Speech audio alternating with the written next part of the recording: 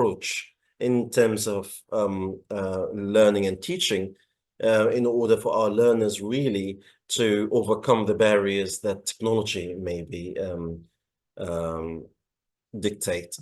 And obviously, whatever basically we highlight in this context is subject to various elements. And I think we've got different challenges that we face. I mentioned at the beginning, and given my background, the issue of diversity.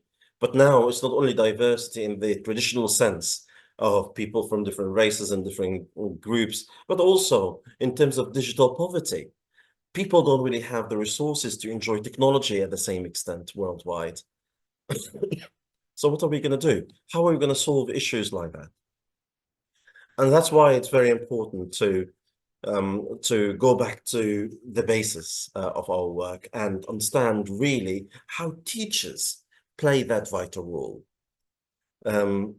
But obviously, in many previous webinars that I deliver, one of the key questions that I'm asked is, how do you see the future? Do we see the role of the teacher disappearing, and being replaced by more technological tools?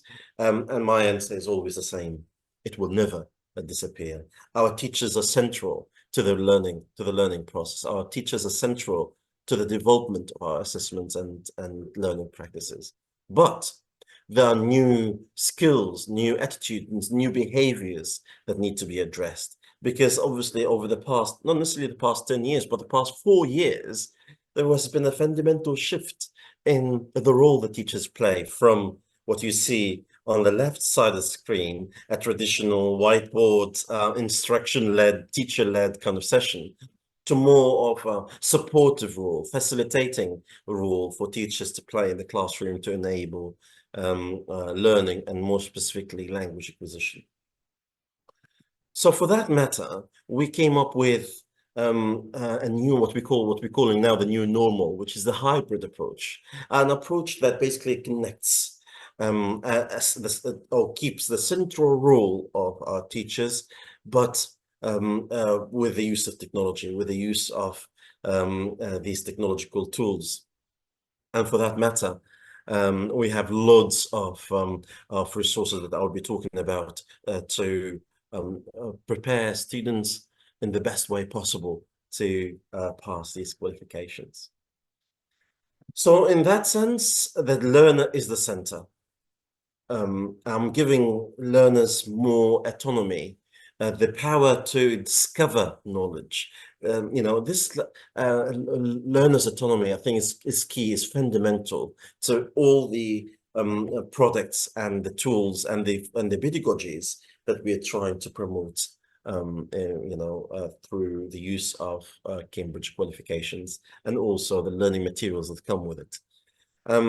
For the student to remain at the center, we need to increase or to create a more standardized approach to large assessments that can be incorporated in the classroom. The base for this is something we call learning-oriented assessment, which is something that we researched heavily over the past 10 years. And there are plenty of research papers available, which I will share with you at the end of this presentation if you want to take a look. And what I said at the beginning in terms of the shifting role of a teacher indicates that basically there are new skills that need to be developed, new skills that need to be addressed, and that includes more communicative skills, creating that kind of supportive climate, focusing on the well-being of learners and the resilience of learners, etc., etc. So we kind of, through our research over the past few years, we reached a model by which we summarized the principles of language learning. And I think you can take these and reflect on them, and basically we can discuss them in future conversations. But what we found out is obviously that students learn best when there are probably around 8 components present in any classroom environment. And these include, first of all, when we basically have the frequency of relevant and comprehensible language. So that technically means clear communication, rich language input, clear data, clear instructions, clear rubric. And then when students are given the opportunity to practice, and practice here is not necessarily what you do in the classroom, but how you link it with your real life contexts. So the opportunity for a meaningful practice is fundamental as well to language learning. The third element, which I think is very important as well, which is to focus on communication, to develop interactive speaking skills. That interactive communication pattern is so powerful that basically, in many cases, teachers are taking it as a tool for assessment on its own right. One of the key principles that we kept close to our hearts, which is what we call the scaffolded learning, which is a step-by-step approach to learning, where basically we understand that teachers and that students need to have a journey that would start with one point and will end up with another.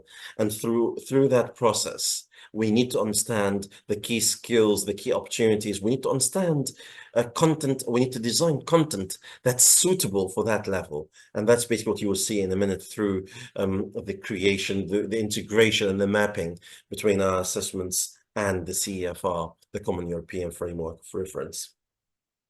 The fifth point on our criteria of successful language learning is feedback. And I'm sure a lot of people agree that probably one of the most important components that will lead to success in any qualification, so any exams, is constructive feedback, feedback that's really aimed at improving the performance of learners. One of the newest topics that basically we're trying to promote in all our approaches and all our tools as well, which is creating a more personalized support to learners. Technology has given us a lot of opportunities. It has its own downfalls, but at the same time, it's given us a lot of opportunities to customize learning based on the individual needs of learners. And for me, as an educational inclusion professor, one of the key elements that I always think about in approaching any curriculum or any program is how individualized learning can be. How can we basically address the individual differences? How can we accommodate these individual differences? The last two elements I think are very important, and they are basically based on various factors. The first one is engagement. And I'm sure from all the meetings I had and all the webinars I developed over the past 5 years, since COVID until now, one of the key questions is how can we keep students engaged, especially if we have a change of patterns of delivery modes. For example, in the UAE, the past 2 days, schools had to shift to online due to the weather conditions. So technically, how should we respond? How can we create an engaged teacher-student relationship based on active learning and based on a structured approach to achieving the learning outcomes that are intended? And the last point of this criteria really that underpins really everything we do is ownership, is us as stakeholders, whether as teachers or learners, taking ownership and responsibility of our own learning. This autonomy of learning, I think, is promoted by the concepts of learning, a discovery-based model of learning.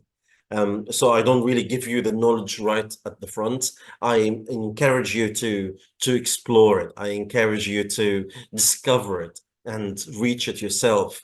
That's the most effective form of learning. And there are plenty of theories and plenty of research papers that talked about the importance of active learning and how people remember or retain knowledge, if you like, after completing their educational programs or courses. And I think the common thread in all these different papers is the fact that we are technically able to retain the maximum amount of knowledge through our classrooms by